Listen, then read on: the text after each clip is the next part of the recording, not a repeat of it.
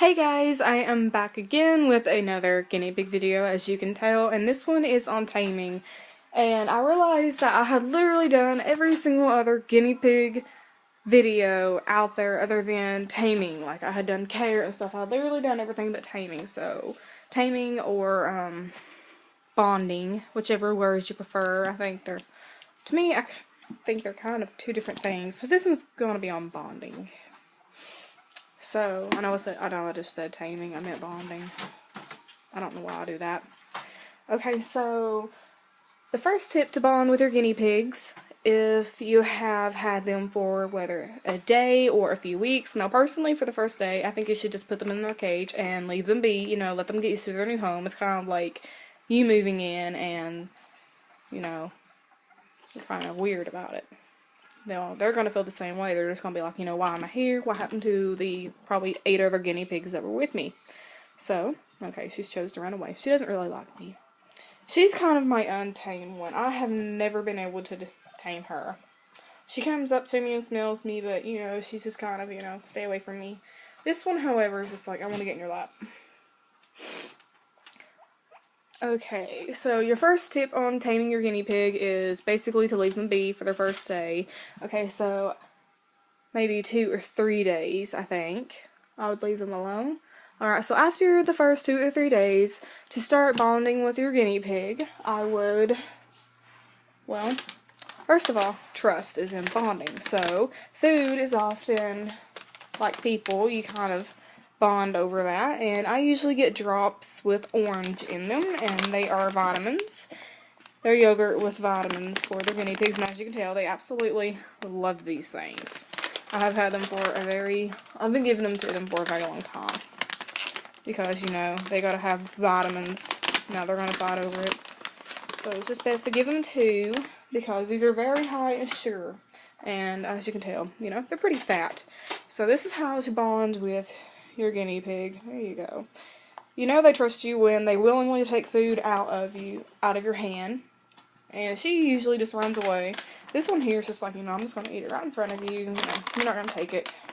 I usually sometimes give her 2 or 3 because I get her to do tricks and stuff, so she's pretty smart. This one, however, this doesn't want to do it. Kind of just wants to be left alone. Yeah.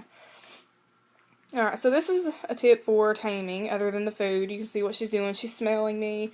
You don't want to be, like, all over her. Just let her come to you. And if she chooses to run away, that's okay, That's not necessarily bad. Okay, now she's biting me. Now they're both smelling, they're just hoping I have some more oranges up in there. Alright, so this white one here, what would happen if I tried to pet her, and I'm not going to because I don't want her to run away. But if I tried to touch her face, she would run away. Now, what you don't want to do is take them out of the cage and try to bond with them. I do not recommend that because they feel much safer in their enclosure. As you can tell, it's pretty big. So they feel pretty safe in their enclosure rather than being on the ground. They'd rather be in an area they are, well, familiar with and comfortable with. Not the floor, which they're, like, never in the floor. She's usually in my bathroom. But, she's okay.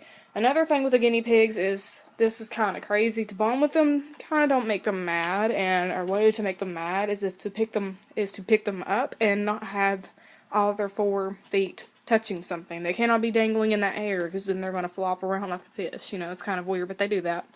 Especially her. Gabby just doesn't really care. This one does. Alright, so if I poked at her or anything, she's going to run away. This one back here would jump, but she's not going to do anything. And a way to tell if they're happy, they can purr. No, see, there she goes. Now they will purr. She'll probably run away too, because they just kind of associate that with picking them up and food. So she's going to come and smell me. Now, what you don't want to ever do is let them come up here and smell you, and when they walk away, go after them. Do not do that. Because, that's just kind of trapping, okay, now she's coming over here to smell me. For the first few weeks, I wouldn't do what I just did, went over there to her, because, it's just kind of similar to trapping, how she's backing up. Now, she's okay with me in her cage. They're kind of safer with my hand in their cage than it is out, if that makes any sense. She's just the type that doesn't want me to mess around with her much, but, it's okay to put your hand here and her come up to you and smell you. But don't go after her, and do not leave her in an enclosed space. Like if she was back there in that corner and I was trying to pet her, you know, it's going to freak her out. She's probably going to scream. She screams. However, she's pretty quiet. I've only heard her do it a few times. She, however, is like a demon. She never shuts up. Alright, so I wouldn't do this, go back here. I wouldn't go anywhere. I wouldn't try to corner them in these houses, you know, just leave them in an open space, you know, to where she can back up. So put your hand here, and if she comes to smell you, do not go after her. And if she chooses to back away, that's okay. That's not a sign of distrust, you know, she's just not ready to be played with that much, if you know what I mean. You know, I don't take it as a sign of distrust. She just doesn't really know who you are yet. Whether you take that as distrust or not, I choose not to. But you can think of whatever, I don't know. But this pig here, she necessarily doesn't always run away from me, and I would pet her, but you know, she's drinking stuff and she kind of just takes off if I go anywhere near their food. So, yeah, I do need to put feed in there though. Alright, so that is like 4 or 5 tips right there. Another tip is just to be always in the room with them, to let them get familiar with their voice, because guinea pigs, I don't know if you know this, but they are the type that will remember your voice, maybe your face if you're close enough, because guinea pigs, if you also don't know this, another tip about guinea pigs is they have horrible eyesight. And so they rely on their ears to listen and hear things from across the house, which, you know, I have to walk all the way past the hallway to get to the fridge, and they will scream because they hear me in there getting their food ready, and right about now I probably need to be doing that. Another thing is, I'm missing one, but you know, I usually just go blank. Alright, so, I was gonna pet her. Alright, so she's kind of boxed off right now. I'm just gonna move this so she can back up. Alright, she's gonna go in there because she knows what I'm doing. I'm gonna move that back over there now. Alright, so this is what she does. Yeah, see, she backs up. Now she's gonna run out here because she's gonna run her off. Now they're gonna hide. Here's an example.